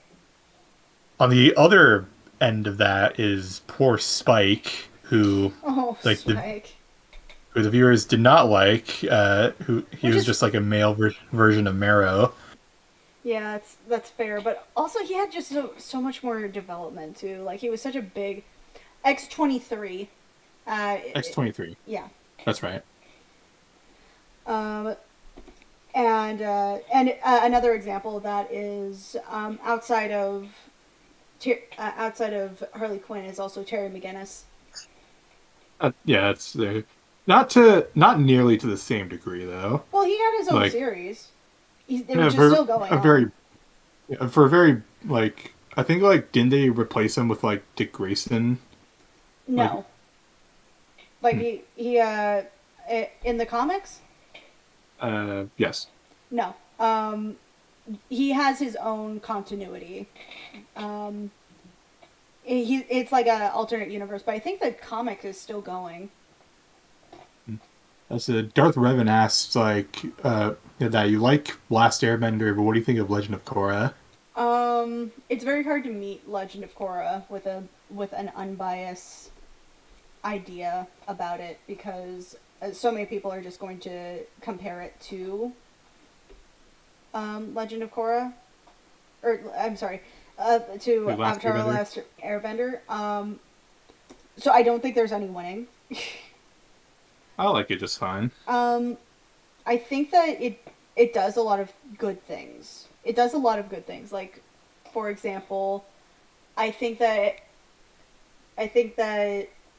Legend of Korra shows exactly what a forced relationship looks like, and I know that the reason why they did that was because the creators hated Zutara. As they should. Hey, fuck you. Zutara is awesome. I was the editor for that video. I got that last laugh in. Is it for those who don't recall, there's the Zutara, like, not the Zutara, but like the Katang, Yeah. I hate your shit, your OTP sucks Yeah. video. And at the end I showed a video of like one of like the conventions where the avatar was, and it was like the cast reading Zutara fanfiction, like with their, like, in their own voices. My honor is tarnished. How will I ever regain my honor? I remember that. Oh god. I just had to put it in there when I saw it. As you should have. Let's hear. It's a worthy successor. Yeah, it is. I think that, again, it does a lot of things right. But the problem with it is that it's following up with Zutara, and usually my mom has this thing where people will never like the sequel. They will only like the every other sequel. Well, I mean, that's not entirely true. Like, people champion like Empire Strikes Back like all the time. Yeah, now they do. Yeah, now they do. But as soon as something comes out, they will. Nobody will like the sequel, no matter what it's with very rare exceptions, because those are the exceptions and not the rules. People liked Shrek 2 when it came out. Yeah, that exception, not the rule. And what an exception it was. I heard one of the issues with the writing is that they were strictly told that they were going for one season, thus they tried to have a self-contained season. Then they were... here. Plus, I felt her PTSD struggle was really good, yeah. I did hear about that, though. Like, when it was, like, coming out, was that it was supposed to be a mini-series. Then it was just one season, and then they get another season, and they get to, like, and maybe, like, a third season was greenlit, and that might have been the end of it, and then, like, they got the fourth season, and then they cut the budget for the fourth season, and, like, put it all on Nick, on, like, the Nick's website. So, like, it's not ideal for them now. Yeah. Like, it clearly went on a little longer than they thought it would. I think that Avatar suffers from the same problem that Jojo had started with the Aman. Explain. Okay, so the creator of JoJo's Bizarre Adventure, for those of you who don't know, was the original magic system that they were creating. With Haman? With Haman. He realized very quickly, almost as soon as he made Haman, that once you've made Haman and you've explained how it works, there's no real way to clearly expand that style without them having to go over what you've already learned. So Haman had the unfortunate thing that Avatar does, which is that once you have explained how your core system works in an entire season, and that's the whole point of your first season, how do you make that magic system still interesting? Like, yeah, you can make new techniques. With the Avatar, they did metal bending, lava bending, lightning bending, breath bending, but it doesn't really still capture that same magic as the power creep that would then result from those same branches off. You know what I mean? Yeah. And, like, even with those, like, there is, like, that sense that it's getting too common. versus, and then so he then thought to himself, okay, how can I now make something, a magic system like that, still interesting and make it visually more impactful, and then that's how stands were created. And thus a million memes were born. The memes. Right. So that's, I think, another reason why Avatar struggles to a certain degree. There are definitely. Is it you just can't do that? I think you can do that. I think that Well, what I meant was like you can't just ditch the bending system with all the like history and like cultural integrity, which is what they were trying to do with Legend of Korra when they were like, "Hey, Legend of Korra, Avatar: The Last Airbender fans, what if bending is not necessary? What if the spiritual world is not necessary anymore?" In what way? Well, literally, the first season is about Korra. Is about like Korra going up against the bad guys of the week. I forgot what their names were because it's been a while. They're the Equalists. The Equalists, thank you. And the Equalists are like, hey, we don't need bending anymore. It creates an unfair advantage. And to be fair, they are correct. We're shown time and time again that bending has created somewhat of a caste system in their society with like sports, and really there's no other necessity for it outside of those sports arenas, right? About yeah. Like, and well, like they also have like those like power plant jobs where like lightning people who can bend lightning, like they get like they have to like create power by like bending lightning into like generators. Mm-hmm. And that is still a bending specific job. Like that also creates an unequal opportunity. So now and then that's all about like, is bending necessary? Is bending a good thing in a modern society now that we are questioning whether or not special abilities are something you can work with? Like even their police system is primarily benders. Mm-hmm. Because that is how they use their metal bending. Then you get to the next season where we're like, hey, is the Avatar necessary? Just like these questions and such. Yeah, that's how you extend that idea. And that is a really good idea.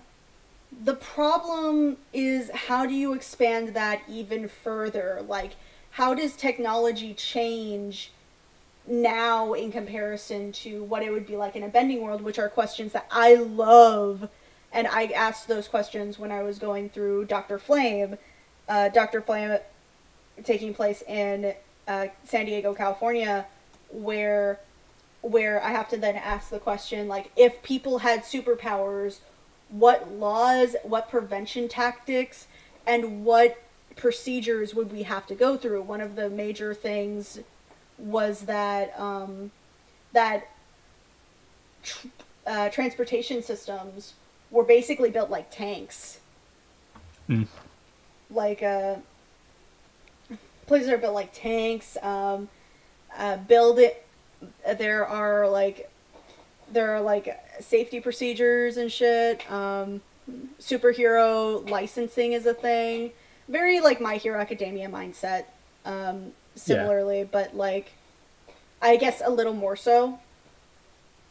The like I was gonna say for like as for like Korra's like direction is what would be next. Well, I think that'd be simple. It'd be like that's when guns come in. Yeah. Well, I mean, like you do laugh, but like that would just be like would be like where it would go. Is that like sorry, go ahead. Also, like something that I don't think ever got addressed was what happened when Sozin's comet like comes around again. That's also true, and maybe they're. I know that they're doing another. I know they're doing Comet. another season or like another version of. Like they've been doing the comics for a fair amount of time. Well, they finished the comics with Aang and Korra, but now they're going to have a new avatar, who's an Earthbender. Are they? Yeah, they actually took down a project that was doing the same thing because it was so similar. Yeah, like it. Well, like Uh, it's not that it's similar, but like it is like they're doing their own version of it. Mm-hmm. So the people who made that can't do that anymore. Mm-hmm. Like that is just how it is. Right. Um, let's see here. Wasn't that the setting of top 10? What top 10 what? Top 10 what? I'm confused. Is that a show? Setting of is that like one of the questions? Yeah, that's one of the questions on YouTube. Top 10. Maybe one of your videos. No, not one of mine. I don't normally do top 10s. I have a Oh yeah, friend that's right. I have a friend named Wambu who does top 10 videos. He's really good. I think another thing I'm going to change about this character is personality. Oh, that is something you did not elaborate as to their personality. She's a cunt. Really, So her she mentality. kind of has valid reason to be a cunt, but still. Yeah, no. She is so bitter of humans and just of people. Like even her own father, she doesn't really like him all that much yes. because her mentality originally was like, you let my mom die. You're a doctor and you let my mom die. Also, instead of coming to aid your child, you let me live in the fucking forest because you're ashamed of me. And, oh, And geez. again, that's a valid reason to be pissed off at your dad. No, that is an entirely valid reason, but also you have to understand that apparently a lot of my characters have daddy issues. It's like, well, Okay. if that's her attitude, she should just stay in the forest. Yeah, she is. She was until like the story was that, but the story shows up that like the X-Men are looking for her because she's using her powers, and like Cerebro found her. And yeesh. Oh, well, I mean, yeah, that is like where Cerebro comes in. Yeah. Let's see.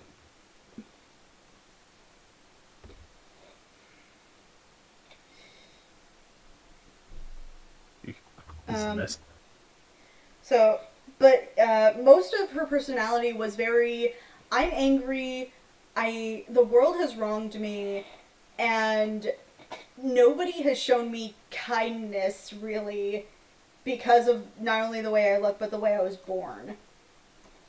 Essentially, like Phantom of the Opera syndrome. Basically. Mm. So I also don't think that's particularly interesting, or at least not anymore. A lot of my characters have this mentality about themselves where they've been wronged by a different character and they hold a grudge very viciously. Hmm. And Uh, well, I'll say it. yeah, I think we've all been there. yeah, we've all been there. Yeah. But I think that as a writer now, I try to differentiate my character. I'm trying to differentiate my writing. Yeah. That's fair. I really can't even blame her for feeling that way though, because like that's a really that's a really hard life to live.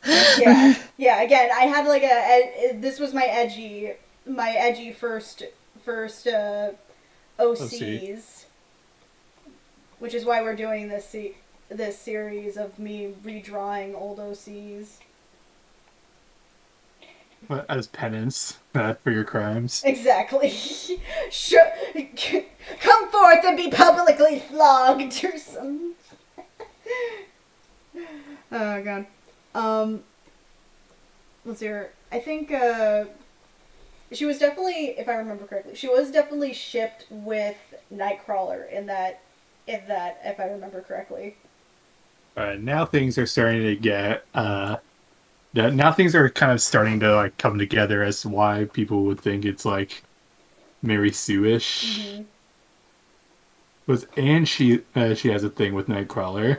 Right, but like her whole thing, because she's such a bitch, Nightcrawler just like got bitten by like a rattlesnake in the forest, and she was healing him with her leaves, even though she should even like this again. She has like fucking animals that talk, man. I don't.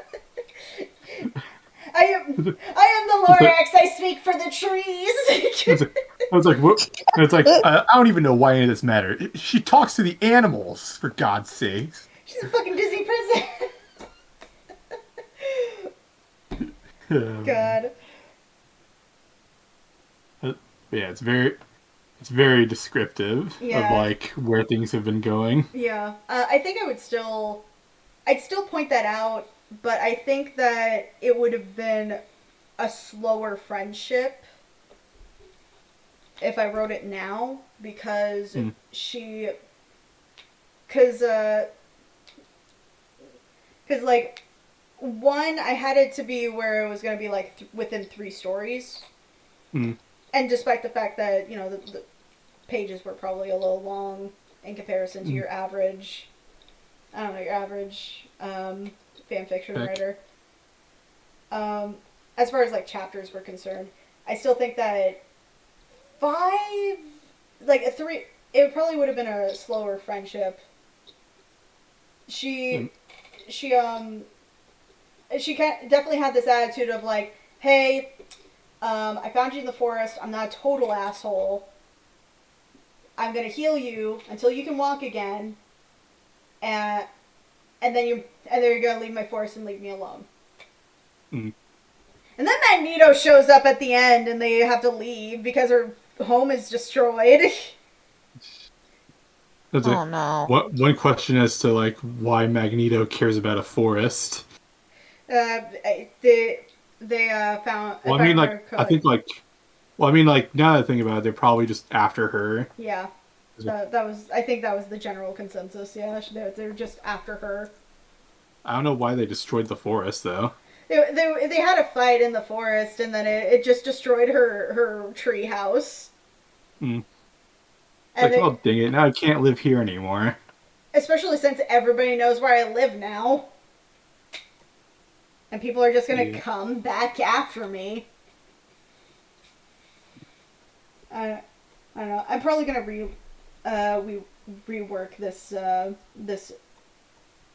I think the hair is what I'm looking towards the most.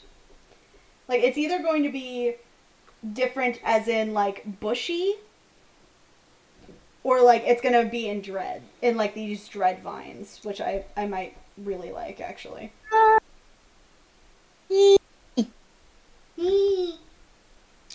I get excited when I see any character that has anything even remotely resembling dreadlocks, so I'm very biased in saying that I like that idea. Dreads. Well, alright. For now, though, I think I'm going to call it a night. Alright. Okay. Thank you guys so much for coming on to stream. I'll probably try to do try to actually finish this, let's say, like, before I had a clear idea, because Soul Eater, I was looking at the design for a while, and I knew what I wanted to do, and it wasn't going to be changing much. This one specifically, because of just the general attitude I have about writing now in comparison to back then, I think it's going to be much more organic. So thank you everyone for coming on to stream. I'd like to thank Emperor Moth or Keith, who is one of my editors for videos. I'd like to thank Prophetic Pros for also coming in. Thank you guys so much. Yeah, this has Problem. been fun. I don't do anything regarding streams at all. Yeah. And if you guys are all curious of what updates I have a Twitter, and that is also Crimson Glow MLP, as well as an Instagram and a Patreon. If you would like to see in progress arts that aren't going to show up on Twitter, or maybe some early release of things that are to come. All right, I'll see you guys later. This has been your future overlord, Crimson Glow, and bye. Goodbye.